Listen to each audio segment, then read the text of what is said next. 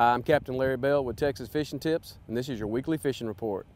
Up here on the third chain, all this area up here inside that reef, the little islands that are scattered there, those islands are really starting to disappear. If you fish up in this area very much, you'll notice that into the mouth where it comes into Mesquite Bay, this area here, you've got all this reef that comes all along this area here. Cedar dugout, the complete reef that comes all the way around. There's a little cut through there, a little PVC pipe that sticks up there. If you've been through it a few times, you know exactly where I'm talking about. But all this particular up here has been really good. There's been some nice trout that's been in here. There's been a few scattered redfish that have been in here. There's been some black drum that's been in and out of this area here. The one thing about this particular location, though, it's very wind predicated, as far as if you've got a good north breeze that we've had the last few days, week or so, we've had a good north breeze that's kicked in here, so it'll really muddy this area up pretty well.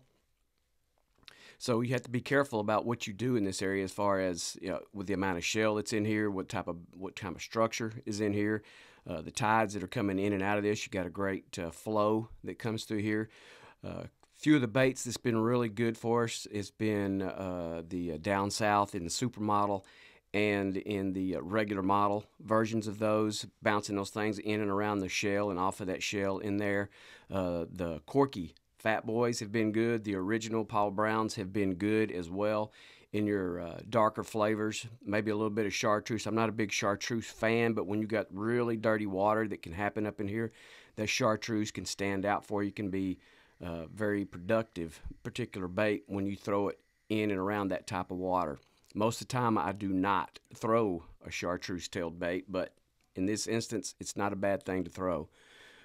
Also, the Marker 54 jerk shrimp has been real good, either under a popping cork, especially when that water gets really dirty. You can bang that cork real hard and heavy in and around these shell banks and on these edges.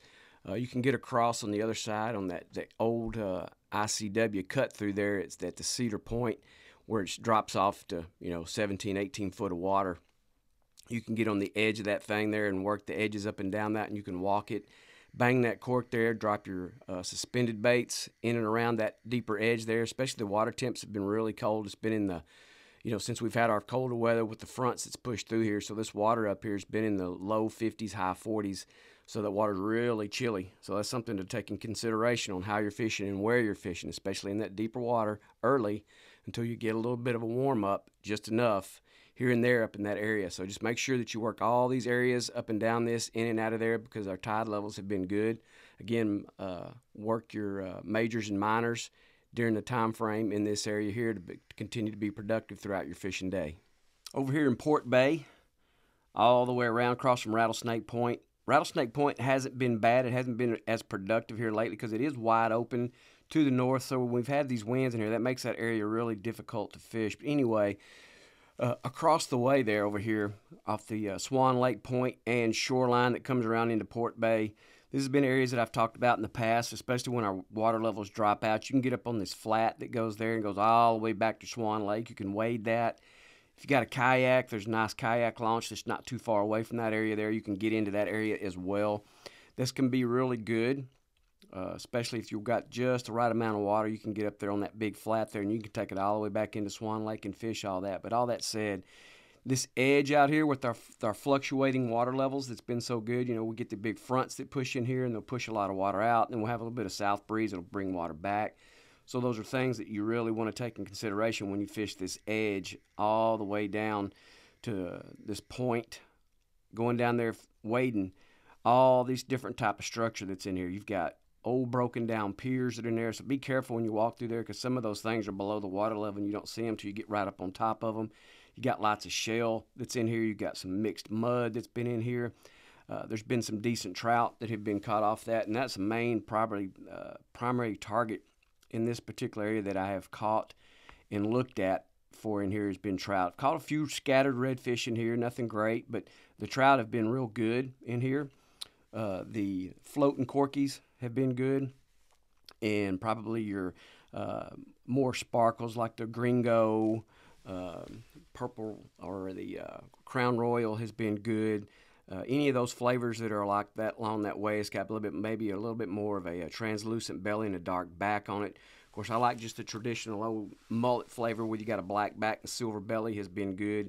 The Paul Brown original has been solid for me as well, working this a little bit shallower water closer to the shoreline, a little bit later into the morning to the deeper edge has been good. The down south, any of your flavors, of course, my two favorites, Magic Grass and Chicken of the Sea.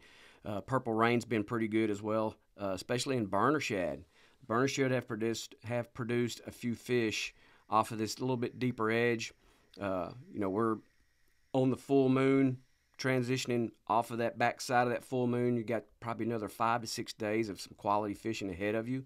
So take advantage of that time frame, especially with this new moon that's going to be in place. That'll also give you great opportunities around these deeper edges. This big mud flat that's on this backside here, sets up really well with a north breeze, maybe not so much of a strong north breeze, but a lighter north breeze. It sets up real well back up in this area. Be patient with this area. It can be really soft. There's been a decent amount of bait. Of course, again, this time of year, you're not going to have a tremendous amount of bait working in these areas. So whenever you do see some, you'll have those days where you need to throw at every piece of bait that flips, chunk at it. More than likely, there's going to be a fish close to it or chasing it out of there. Again, the Marker 54 jerk shrimp, just freelining that has been good in this particular area as well. Or if you don't want to do that, put it underneath the popping cork. It's just as effective. So all those particular baits have been good. Trout back in this area have been nice. They've been pretty much box trout. And speaking of, that new size limit is going to come into play next month, where it's 17 to 23, 3 fish. So that's something you kind of really not start taking notice of, and maybe start practicing that now. And if you don't need them, don't keep them. Chunk them back, because we could use another good year of trout release and really focus on your redfish, especially back up in this area. Over here in St. Charles Bay, this is one of my favorite areas to fish, especially this time of year, is get back up in here in St. Charles, get on this east shoreline, back over in East Pocket, back over in this area here as you hit the channel as it goes back out.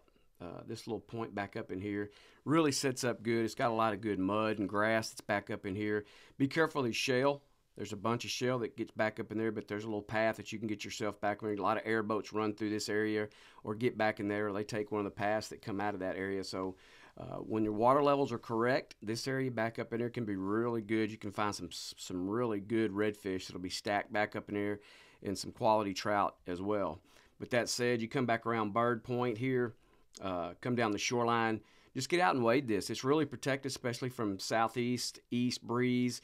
It doesn't set up particularly well for a north breeze, especially down in this area here. But if you'll take that and get up toward Egg Point, Boy Scout Camp, all those areas there, Big and Little Sharp, can set up pretty well for you. Cavasso Creek, get to the very back of St. Charles and get on those northeast shorelines, and you can find the protection that you need, especially when those particular types of fronts are pushing in here.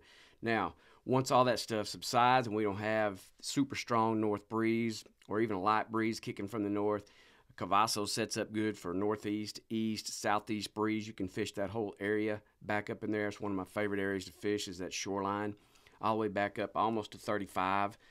That whole area on the right-hand side as you're looking west is a really great shoreline. Lots of fishing opportunity up and down that shoreline, at least anywhere from 10 yards off the shoreline, depending on your tide, to 100 yards out from the shoreline, depending on your tide. There's been a decent amount of bait that's been working back up in there.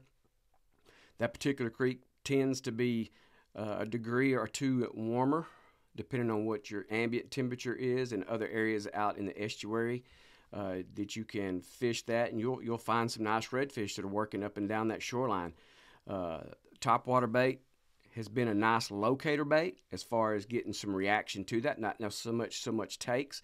So that's when I switch over to the Paul Brown original and work that it's just like a subsurface topwater bait, and it really becomes effective because when you stop that thing, it'll float. It floats down real soft and easy, and if you can see the structure of the potholes that are up and down that shoreline, man, you can work that bait over the top of those potholes and stop it and just let it flutter down into that hole. And you can just hang on, because there's some really great opportunities that come up and down the redfish that's been in there. The same can be said around Egg, on both, depending on what your wind is. Those fish will patternize, and you can pick up some fish on the protected sides of them. So we would call that the leeward side of the shore. So less wind is why we call it leeward. So that would be one of the areas that you would want to target, depending on where you are in St. Charles. If you're in the front, if you're in the back, depending on what your wind is. Take all that stuff into consideration. Again, we've got a new moon that's in place. It's going to have the next 5 or 6 days of good fishing that's going to be in front of you. Have great opportunities. Make sure you really incorporate the minor rising and minor setting. If you're able to incorporate both, good. If not, pick one of them and fish it. And fish it for at least, an hour past the moon setting or the moon rising. Fish it till midday, maybe 10, 11 o'clock, somewhere along in there, and then call it a day, and then get back on the water late if you're able to. But all this area up in St. Charles has had some nice redfish and a few scattered quality trout. There's been a bunch of undersized trout, and that lower 15, 16-inch size-wise has been scattered throughout these shorelines up in here. But again, the Paul Brown original, the Corky Devil, that was one of the other ones I was thinking about I didn't mention earlier. The Corky Devil's been a pretty good bait as well, especially during this time frame. Again, your floaters and your sinkers on the Corkies, the down souths have been good. All those baits factored in there. Just look at your water clarity depending on what type of bait that you want to use as far as your color goes. And again, incorporate the majors and minors to have quality, productive days. Thanks for watching. I'm Captain Larry Bell.